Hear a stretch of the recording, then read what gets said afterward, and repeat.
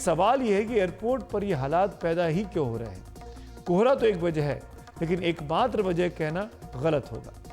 दिल्ली हवाई अड्डे पर दूसरी सबसे बड़ी वजह यह है कि यहाँ के सबसे पुराने और सबसे अहम रनवे पर का अभी रख रखाव का काम यानी मेंटेनेंस का काम चल रहा है। दरअसल दिल्ली एयरपोर्ट पर 4 रनवे हैं, जिनमें से सिर्फ 2 पर ही इंस्ट्रूमेंट लैंडिंग सिस्टम यानी ILS कैट 3B की सुविधा है। AT3B ये वो सिस्टम है जो मौसम की विषम परिस्थितियों में विमानों के रनवे पर सुरक्षित उतरने और उड़ने में मदद करता है। इसमें विमान में एक एडवांस्ड ऑटो पायलट होता है और एयरपोर्ट उससे जुड़े आधुनिक उपकरण होते हैं, जो भारी कोहरे या भारी बारिश की वजह से बहुत कम विजिबिलिटी में भी विमान को उतरने में मदद करते हैं। लेकिन दिल्ली हवाई अड्डे का मुख्य रनवे 28/10 G20 सम्मेलन के बाद सितंबर मध्य से ही कारपेटिंग के लिए बंद है, यानी इस रनवे को नए सिरे से तैयार इन दिनों किया जा रहा है। इस रनवे पर कैट 3B सुविधा है, जो कारपेटिंग पूरा होने के बाद रनवे खुलने के साथ ही फिर शुरू हो पाएगी। इसके अलावा दिल्ली हवाई अड्डे के जिस दूसरे रनवे 29L/11R पर कैट 3B सिस्टम काम करता है, वहां एक छोर पर इस सुविधा को डाउनग्रेड कर दिया गया था।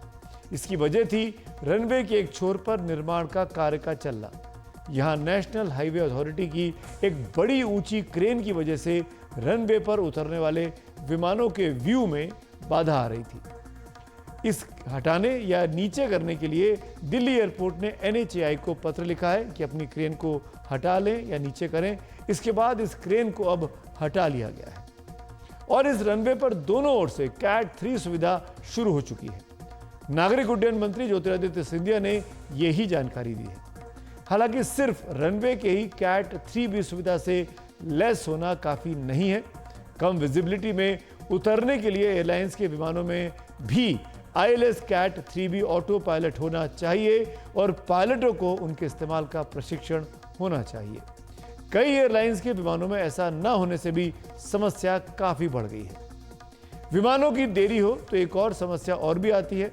दरअसल DGCA ने हर विमान के पायलट और केबिन क्रू के लिए काम की समय सीमा तय कर रखी है, जिसके बाद उन्हें ड्यूटी पर नहीं रखा जा सकता। इसे flight duty time limitation FDTL कहा जाता है। ऐसा इसलिए किया गया कि पायलट या केबिन क्रू थकान का शिकार न हो और उन्हें आराम का पर्याप्त समय मिले। विमानों के संचालन में थकान को एक और बड़ा खतरा माना जाता है। अगर पायलट और केबिन क्रू विमान में हो और विमान के उड़ने में देरी हो जाए या विमान न उड़ पाए, तो उस दिन उनकी ड्यूटी का टाइम बढ़ाया नहीं जा सकता। ऐसे में उनकी जगह नए क्रू का तुरंत इंतजाम कर पाना भी हर बार आसान नहीं होता है।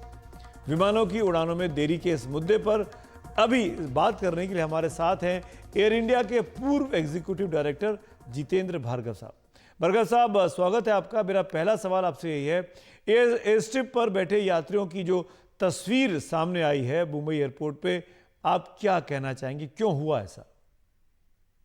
बिल्कुल नहीं होना चाहिए था। एक तो चीज ये है कि फ्लाइट डिले हुई फॉग की वजह से दिल्ली में, अगर प्लेन को डाइवर्ट किया गया तो उसका कोई कारण होगा। अब पैसेंजर्स जब फ्लाइट से उतरते हैं और वो टर्मैक पे बैठ जाते हैं और खाना खाते हैं, ये एक अच्छा दृश्य नहीं है भारत के लिए। दुनिया में हाईलाइट हो जाता है कि this is how passengers are behaving. आपकी कुछ भी परेशानी हो, देयर इज अ प्रोसेस, उनको बताओ कि मेरी ये परेशानी रही है। लेकिन इस प्रकार का कोई एक्टिविटी में इंडल्ज होना, चाहे वो पायलट को मारना या वो टर्मैक पे बैठ के खाना खाना, ये कहाँ की परंपरा है और कहाँ का सिस्टम है। हम लोग समझते हैं कि बस का पैसेंजर होता है, ट्रेन का होता है, एयरलाइन का पैसेंजर होता है, और एयरलाइन पैसेंजर को ज्यादा मैच्योर समझते हैं। तो ये जो एक्ट हुआ है मुंबई एयरपोर्ट में, ये एकदम शर्मनाक एक्ट है। ये नहीं होना चाहिए था। टर्मिनल बिल्डिंग ज्यादा दूर नहीं है, आप टर्मिनल बिल्डिंग के अंदर जाइए और आपको नीचे बैठ के खाना, नीचे बैठ के खाइए, कुर्सी पे खाइएगा। तो ये जो मिनिस्ट्री ऑफ सिविल एविएशन ने जो नोटिस दिया है DGCA ने एयरलाइन को और मुंबई एयरपोर्ट को, ये मेरे ख्याल से एकदम वैलिड है, राइट है। क्योंकि अगर इस प्रैक्टिस को कर्ब नहीं किया गया एयरलाइन को रिस्पॉन्सिबिलिटी नहीं होल्ड की गई या एयरपोर्ट को नहीं किया गया हो, तो ये शायद आगे जाके एक परंपरा सी बन जाएगी कि अगर मेरे को अपना गुस्सा दिखाना है तो मैं एयरपोर्ट के एयरक्राफ्ट के पास में जाके बैठ सकता हूँ। आपकी बात जायज़ है भार्गव साहब, लेकिन हमको ये समझना होगा कि यात्री भी फ्रस्ट्रेट हो जाते हैं, परेशान होते हैं। क्या आपको लगता है कि यात्रियों को उड़ने में देरी की जानकारी समय पर देने में एयरलाइंस उतनी सफल नहीं हो रही हैं? अगर एयरलाइंस के साथ कम्युनिकेशन अपने पैसेंजर्स के साथ बना लें तो क्या आपको लगता है कि चीज़ें ज़्यादा आसान हो जाएंगी, इनको प्रॉब्लम को सॉल्व किया जा सकता है? बात सही है कि जब फ्लाइट हमको पता है कि फॉग से फ्लाइट डिस्रप्शन हो रहा है, टेक एन ऑप्टिमिस्टिक और पेसिमिस्टिक व्यू ऑन इट और पैसेंजर्स को सूचित करें एसएमएस के माध्यम से कि आपकी फ्लाइट 2 घंटे लेट है या 2.5 घंटे लेट है, कि वो घर से ही चले। इससे एयरलाइन को भी ये फायदा है कि पैसेंजर्स एयरपोर्ट पे नहीं आते हैं और एयरपोर्ट पे कैओटिक सीन्स नहीं होते हैं, उनको जानकारी मिलती है, वो खुश रहते हैं कि हमको बता दिया गया कि हमारी फ्लाइट डिलेड है। लेकिन कितनी डिलेड है ये नहीं बताया जाता, और पैसेंजर्स हमेशा को आप देखेंगे कि एक हेट्रोजीनियस सोसाइटी है। कुछ पैसेंजर्स से सहमत हो जाएंगे कि एयरलाइन एक अच्छा काम कर रही है हमको बताकर कि मेरी फ्लाइट पहले 2 घंटे लेट थी, अब 4 घंटे लेट हो गई है, फिर 6 घंटे लेट हो गई है।